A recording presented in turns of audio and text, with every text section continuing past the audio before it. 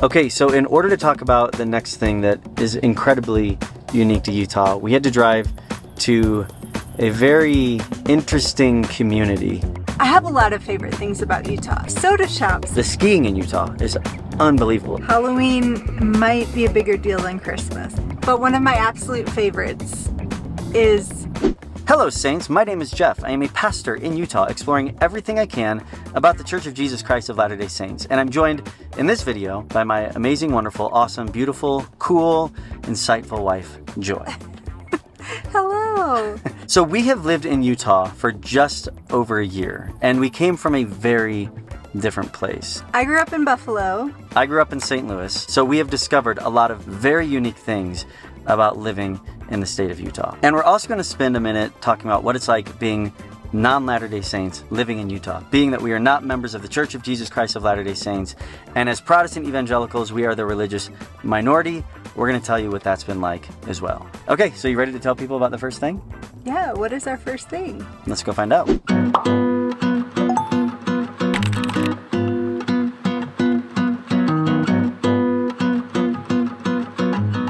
I have a lot of favorite things about Utah, but one of my absolute favorites is no matter where we go, no matter where we look, there are gorgeous mountains all around. I like to tell my friends that living in Utah is like living in a mountain hug, because you're in the valley and you have gorgeous mountains all around, but then on top of that, I think it's actually amazing that also at night you can see from the mountains, like you can see the whole valley, and it looks gorgeous when it's all lit up at night. Yeah, I mean, where we came from, we didn't really have views. We saw cornfields. We saw cornfields and everything was really flat, and... Which there's something beautiful about that, but... Yeah. It's actually kind of a problem because I'm running out of storage space. Somehow I manage to take pictures of the same exact mountains every day. Sometimes the mountains are snowy, sometimes they're red because there's gorgeous fall leaves changing on the mountains. Sometimes it's different because the sky is different every day, and the clouds and the sunrise and the sunset. Like there's so many factors that make these already amazing mountains just so dynamic, and they're just a treat every day. Yeah, my favorite though is when they're totally white, completely covered in snow. Okay, so what's the second thing unique about Utah? Okay, so this is fun because this actually does kind of speak to a cultural difference with the religion being predominantly Latter-day Saints here in Utah. And so coffee shops are not as regular a thing because they don't drink coffee. Here in Utah, they actually have lots of soda shops instead of coffee shops. This is probably one of the things right now, other than my mountains, that I would miss the most if I moved away from Utah. Okay, so let's go to Swig. Okay. Good, how are you? I'm gonna do the Texas tab. Okay. Before we grab the soda, we should probably move Joy's gigantic Stanley out of the way, because now that she's a Utah mom, she's got to have her Stanley. I use my Stanley every day. All right. Thank you. All right, so what did you get? I am trying a drink that a friend messaged me about to ask if I had tried yet. It's called the Texas Tab. Don't honestly even know what's in it. I think there's like coconut cream, Coke, and something else. I don't know, I should have looked. Something dirty. Cheers.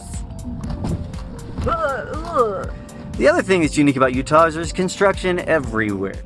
Ooh. Well, we go to a place that represents another incredibly unique thing about Utah, and that is the cookie shops. So there's three main cookie places you'll see all over Utah. First one is Crumble, which I think is pretty popular, and they've got, I think, an expanding presence. And then Chip, which is my personal favorite. And then there's also Crave. And these aren't just like little cookies, like a chocolate chip cookie, although that's kind of my favorite, just a chocolate chip cookie. They'll have like cinnamon toast crunch cookies and maple bacon salted cookies, and they get super creative.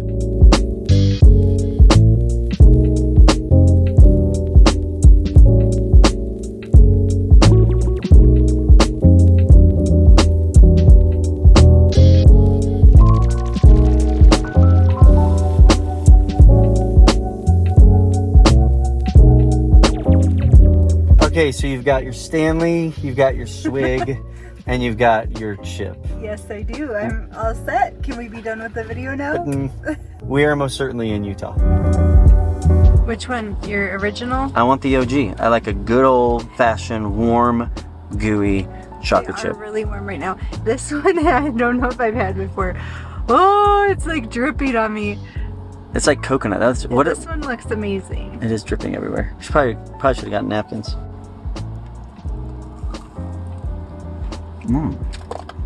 This is much easier to eat. So we visited Utah quite a bit before we moved here. In fact, the very first time we visited here, one of the things that jumped out at me the most, and I've talked about this in a bunch of videos, are all of the church buildings. There are church buildings everywhere, and they're not Protestant or Catholic buildings. They're obviously Latter-day Saint buildings. That is something that is very unique, that as somebody who's not from this area, when you show up and you see them everywhere, it's like, oh my gosh, like just every neighborhood, every street corner. There are some places where there are like 2 Latter-day Saint churches, like literally across the street from each other, and they're just all over the place. Do they call them churches though? Aren't they just called wards? No, the wards are the congregations that meet in the church buildings, but they usually call them church buildings or meeting houses. Okay. And in addition to just the actual church buildings, one of the most unique things just tied to the scenery and the aesthetic in Utah are all of the temples.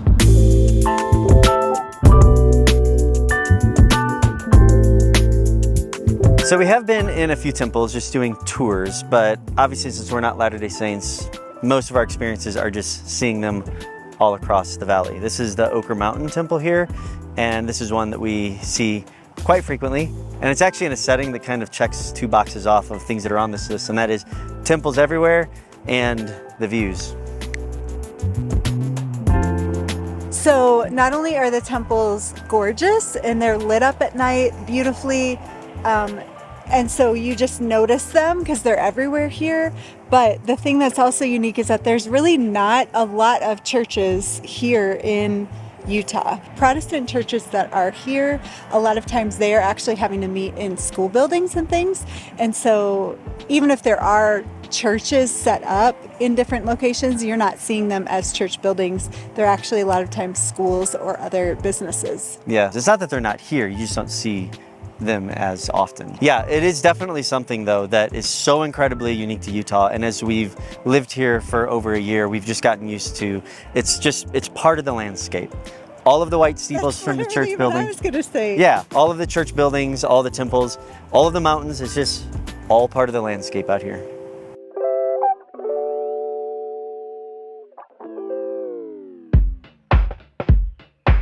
All right, so let's talk about one of the things that kind of made us fall in love with this area when we came out here to visit a bunch of times.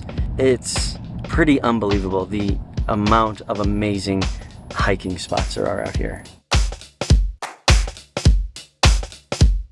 Yeah, we have lots more to explore, but we have already been on several gorgeous hikes, some near our house, some, a half an hour away, both of which are breathtaking. Some people will go on entire vacations just to hike in these places, and we can just do it in an afternoon and then come home and watch a movie. Yeah, I love that. And it's just one of those things that makes Utah such a family-friendly place. Like, there's so much that you can do together as families that we have found to be incredibly valuable for us since we moved here. And like we just said, all hiking aside, once the snow starts coming down, the skiing in Utah is unbelievable. That is like something that is so unique. Again, since we live in the valley, you can be, in the middle of January and there's not a ton of snow on the ground. You drive 30 minutes and you've got a snow base of 48 inches and plenty of ski resorts to choose from. I remember before we moved out here, our friends telling us that they live a little bit closer to the mountain, and they said just on a normal day, they'll go, to work in the morning and then the afternoon just drive up into the mountain, 15 minutes away and ski for the afternoon. I think I had a friend tell me one time that in the springtime, he'll go up and ski in the morning on a Saturday and then come home and cut his grass. And the ski resorts are super nice. Like, we love Alta. It's one of our favorites. Yeah. And really like Alta. I mean, Park City is legendary, even though we've not skied there. Sundance, we have not skied at, but we've actually been several times just to ride their gondolas up the mountain and eat at the little restaurant at the top.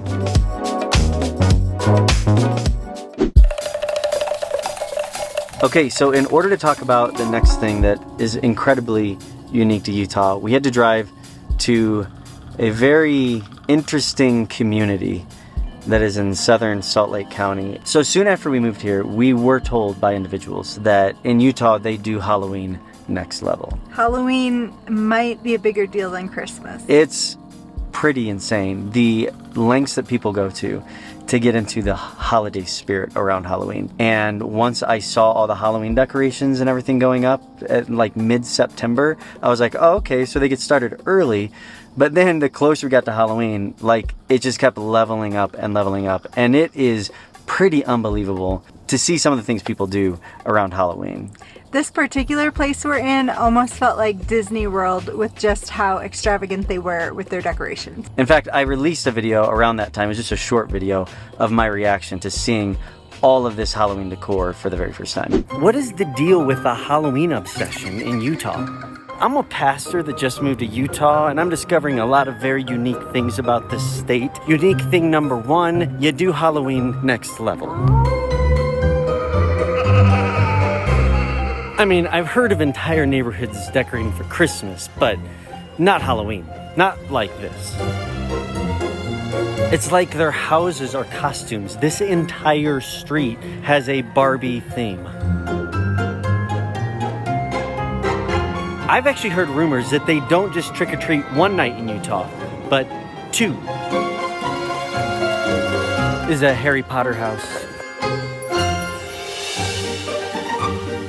I mean, what's Halloween without a Stranger Things house? Just another reason why Utah is very unique and a little scary sometimes.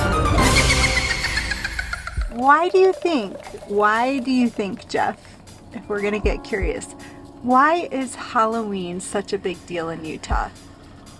There's some people that like to say, oh, it's because they're really fixated on death and all of the things tied to the afterlife, which maybe, I think it has probably a little bit more to do with the fact that this is a very family-centric area. And I think families just like to get into things. Kids love Halloween, and it just seems to me like they really want to do it next level.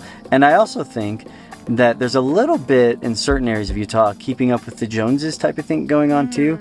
So once, this neighbor does something pretty epic, the next neighbor's got to say, well, I want to do that too. And then, so you're saying, like, it's our turn. Like, if I want to get a big, huge inflatable for like Halloween and then another one for Christmas, maybe even an Easter bunny.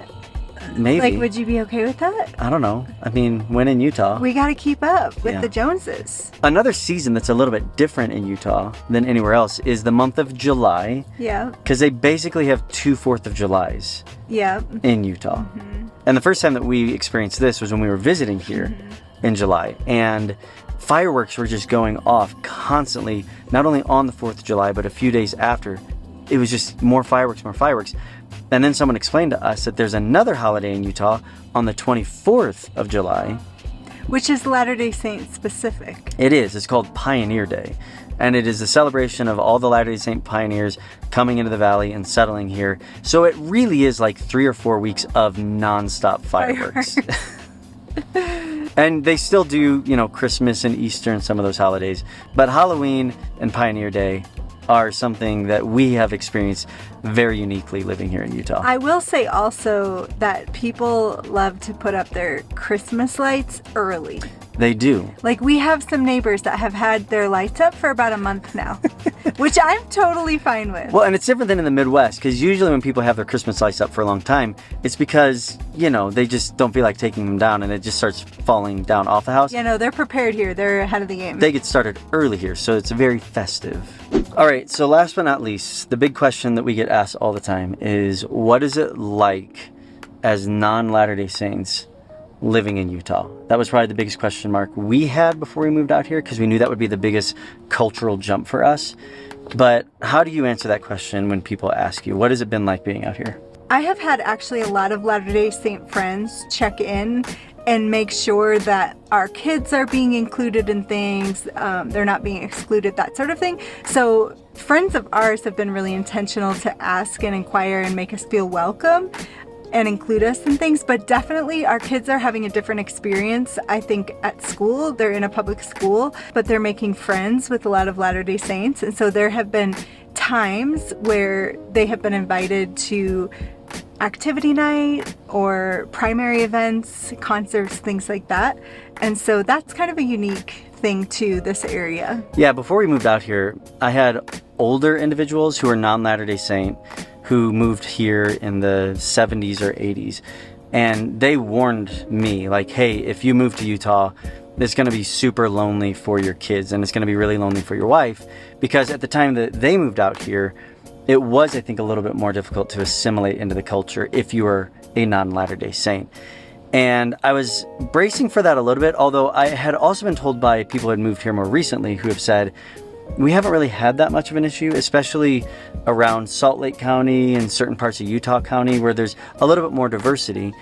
So I think that that has helped. But also, a lot of Protestant evangelicals I know, and even Latter-day Saints I know, have said that there has been a shift over the past 10, 20 years. In fact, one person attributed it to around the time that the Olympics were here, interestingly enough, that once there's sort of this influx of maybe the outside world into what had been sort of this Latter-day Saint bubble, Latter-day Saints have kind of shifted their posture a little bit to be a little bit less insular and a little bit more welcoming. And that's been very much our experience. Now, it's definitely different. There are still cultural things that are very tricky to get the hang of, like everything being closed on Sundays and even not necessarily always knowing what's going on because Latter-day Saints are in that Latter-day Saint flow. But aside from some of those cultural idiosyncrasies that we're still getting used to, I've felt welcomed. For sure, absolutely, we have felt welcomed. And then just based on the nature of what we're doing with Hello Saints, there's been a lot of appreciation for what we do, which has helped. So we've had a lot of Latter-day Saints inviting us to sacrament meeting or to do temple tours. I think we've had a lot of opportunities to assimilate to the culture. I wonder if we weren't doing what we're doing, if there wouldn't be as many opportunities given to us to kind of try and integrate into the surroundings and into the community around us. It'd Perhaps. be easier to kind of like stay kind of isolated to ourselves, probably. Yeah, and I think it's going to require effort anytime there's that cultural divide that has to be crossed. But it's just not as wide as I was expecting. And I also think that the church has done a better job with certain people operating within their callings within like the communication department, where they are being more interfaith and they're desiring to make connections even with Protestant evangelicals. Again, I've talked to some pastors who said in the 80s that never would have happened. Yeah. Maybe even in the 90s. There's a little bit more openness. Yeah. And that's been really great. Now, I have also been told that in maybe more rural areas, in other parts of Utah, the further away you get from Salt Lake City, there are still very insular Latter-day Saint communities where I know of people who are non-members moving into those areas. They have experienced feeling like outsiders, not really being included. So I think once you get into some of those rural areas, it might be a little slower to evolve. It can be difficult. That's just not been our experience. I've heard that with some people like moving into communities sometimes here, there's so much is revolving around the ward and the activities, and you know, they assign who you're going to be, like at what times you're going to be at your ward. And so there's just a community naturally built in that unless you are a Latter-day Saint, you don't automatically have that. And so it's easy to kind of feel on the outside of that. Yeah. And if I'm going to be honest, there are times when I do feel a little bit overwhelmed with how much Latter-day Saint culture is around, just because it's not what we're used to. So seeing the church buildings everywhere and seeing the temples. But we've found some places that we can go where it feels like we're kind of getting away from that a little bit, like downtown Salt Lake City or even like Park City and different areas like that where we feel like we can maybe escape some of that more Latter-day Saint influence culture. Yeah, it's interesting as a religious minority that we feel like a minority to the culture also. Yeah. Has that been difficult for you to go from a place where we were surrounded by a ton of people who were like us, just evangelicals everywhere, to a place where there aren't a lot of evangelicals? How has that been for you? I think I just notice in myself this need, and I think I would feel this honestly any culture that I would be trying to assimilate into. I think I just noticed this, I don't know how to say self-consciousness, but a sensitivity that I'm wanting to have towards people that are different. And so trying to like find my place while also being considerate of other people that are different from me and respecting them. So I feel like I'm just having to be more mindful, which is not a bad thing, but I notice that I'm always having to kind of be on in that way versus when I'm around, you know, people that grew up in the same exact culture and religious space that I grew up in. But overall, because I love to learn and I love getting to know people, it's actually been a really fascinating, interesting thing too. Yeah, and we've made so many friends, and we've been able to connect with so many Latter-day Saints that we've appreciated that reception. But then at the same time, we've got a lot of evangelical friends where we all recognize like you have a different posture here.